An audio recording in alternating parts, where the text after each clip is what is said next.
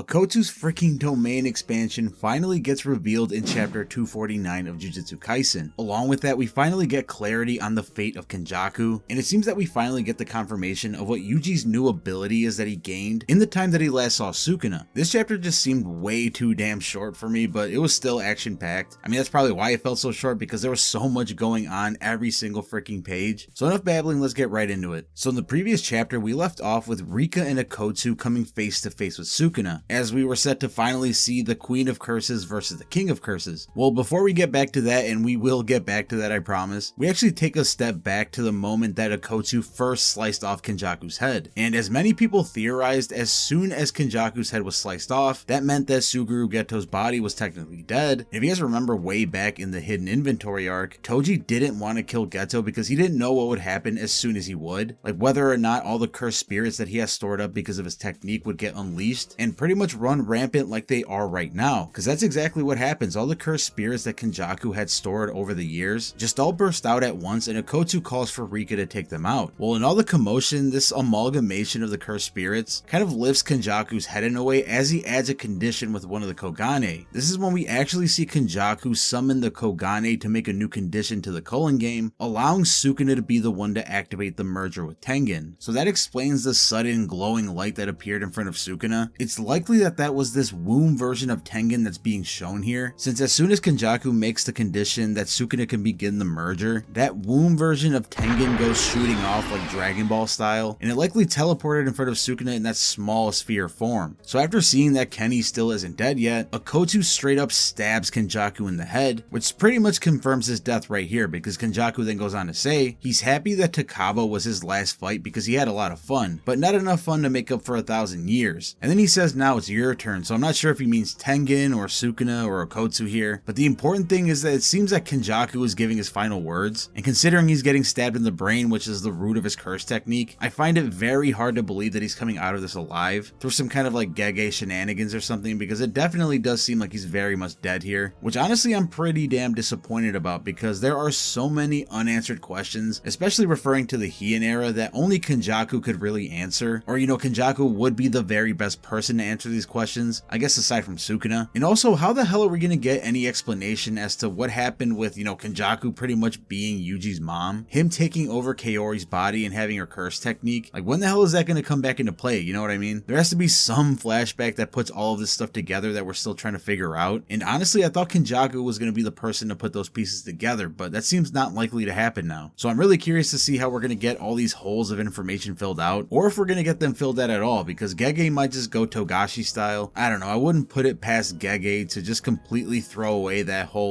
Kenny being Yuji's mom storyline, but whatever, fingers crossed that we finally get some answers on that end. But after we see this happen, we now cut to the present time, where Okkotsu's analyzing the situation, and he notices that Sukuna's output of reverse curse technique is returning back to its normal speed, and it's only a matter of time for him to be able to open his domain expansion again. And on top of that, Higuruma is now dead. So I guess this is the confirmation of another person's death. You can't keep getting away with it! Because it was left kind of vague as to whether Higuruma died or not. Again, once we get some other translations, maybe it was more so that he was defeated instead of killed. So there is that 5% chance that Higuruma is still alive. But nonetheless, Okkotsu is in full regret that he wasn't here for that executioner sword plan, because things would have likely gone differently. It would have likely worked. And he's trying to rationalize the fact that only he could have taken out Kenjaku, and having Rika there was necessary for the fallout of cursed spirits after Kenjaku had died. But at the same time, he thinks that Maki could have probably taken care of it herself. Well, we take a little break from his internal processing as he lunges his katana at Sukuna, and surprisingly, it seems like Sukuna had grabbed his blade, but in reality, he was using such tiny slashes around his hand, and Okkotsu explains that he was essentially creating a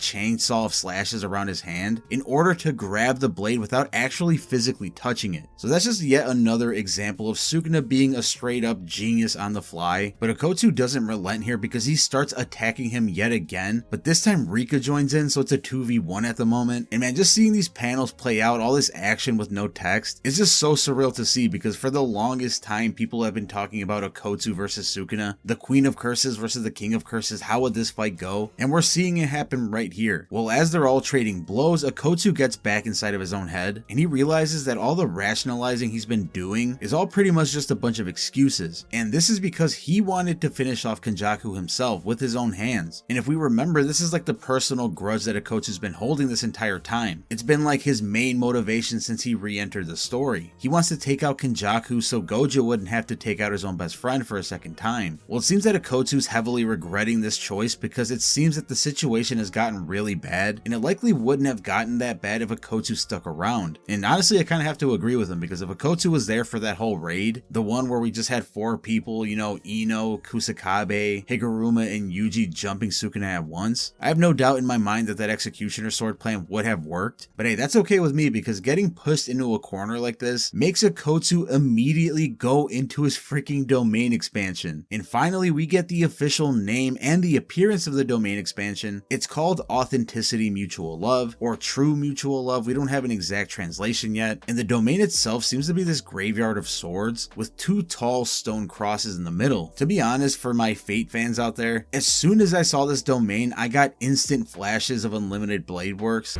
I am the bone of my soul.